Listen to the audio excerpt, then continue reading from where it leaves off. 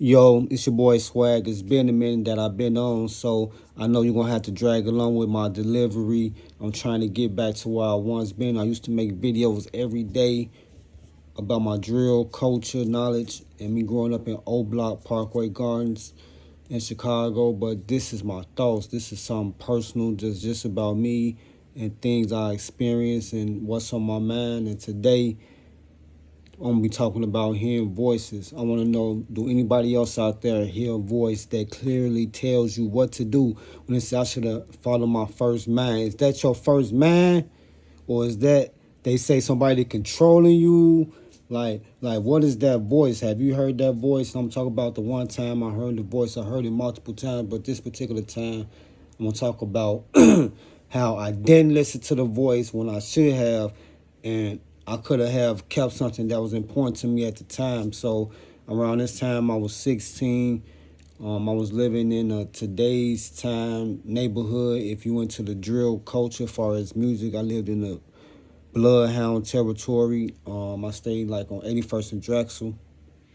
And on this particular day, was so crazy. It was a crazy day from the beginning to the end. I went to work, but I had broke up with this girl that I was dealing with. So at the time, she came up to my job.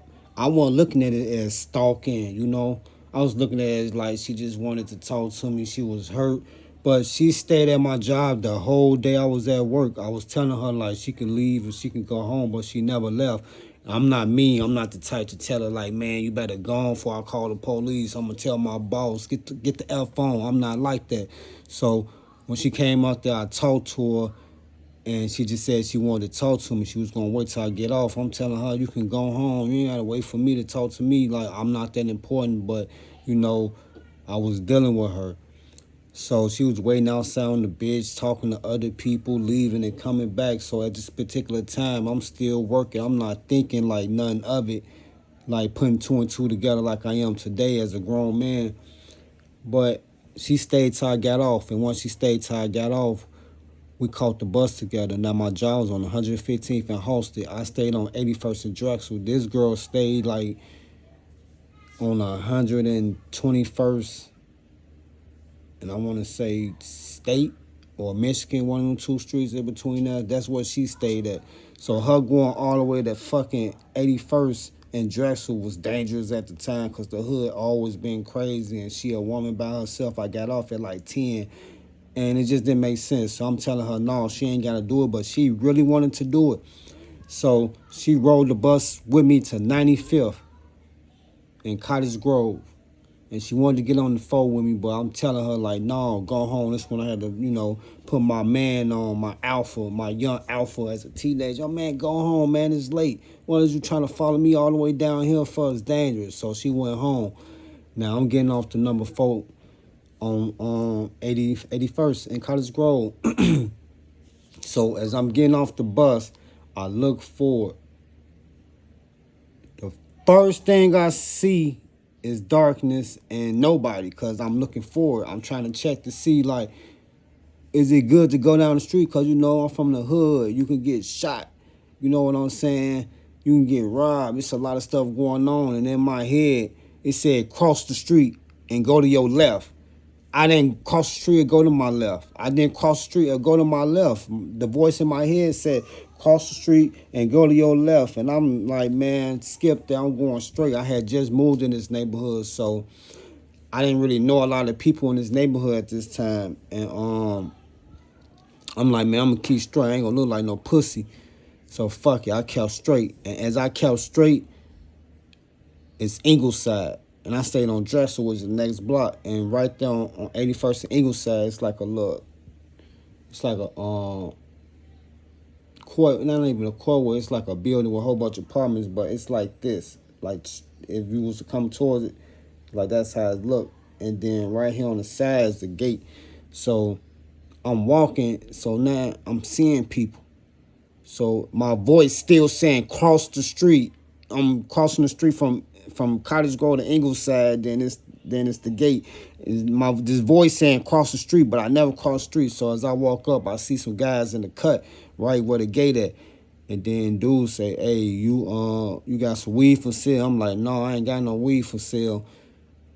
And I'm so young and naive. I should have known it was a plot because dude used to fuck with my little homie that I used to fuck with. I don't even know if he put him on me because I had a white gold chain. You know what I'm saying? I always keep jewelry, but I had a where the fuck is my chain? I had a white gold chain and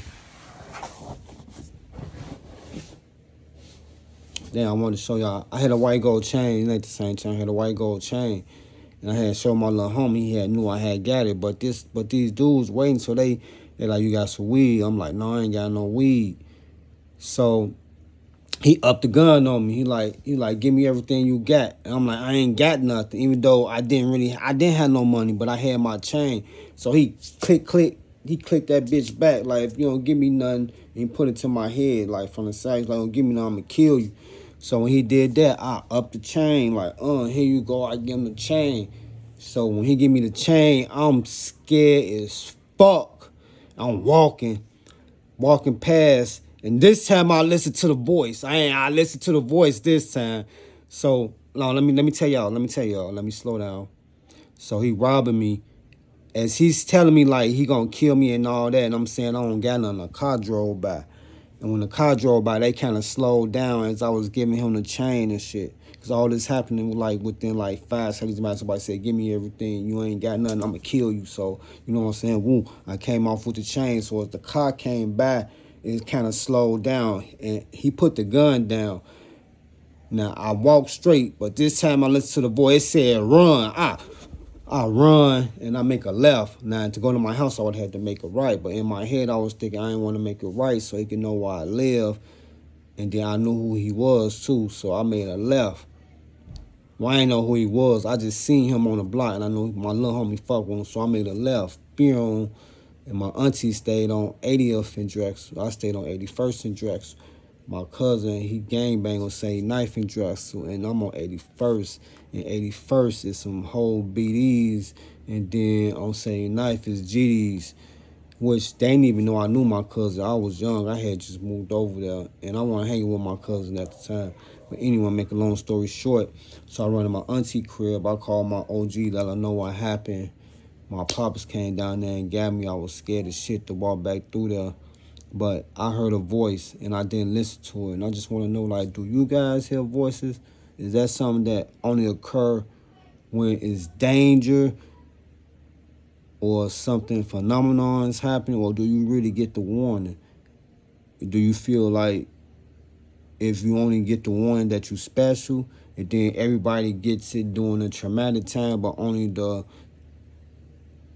people that's in tune or had that special gift get the warnings? Like, I got this warning and I just didn't listen. It was like cross the street. I'm getting off the bus, and I clearly remember looking around, making sure I was okay to go forward, which I was okay to go forward, but they was like in the cut, like right inside the gate, and I didn't see them. But as I came closer, then it's like, damn, they right there. But then the voice like cross over. Like, I'm not saying like it was a subconscious thing, like, I should cross over. I heard a voice that said cross over clear as day. It was telling me, and it was like damn near yelling in my ear, like, if you don't do this, nigga, you need, Negus. Negus, YouTube. So I'm like, Negus, you need to cross over, Negus. You need to cross over. You need to cross over, Negus. You need to cross over. You need to cross over. Something's about to happen. Man, I ain't finna cross over. I ain't see nobody, and I want to listen to the voice. Was it a gift? I don't know. And like I say, I always dream the future. I always have some crazy stuff happen. I don't really talk about these things, but I'm going to start talking about my thoughts and things that pop up in my head. It's your boy Swag, and I'm out.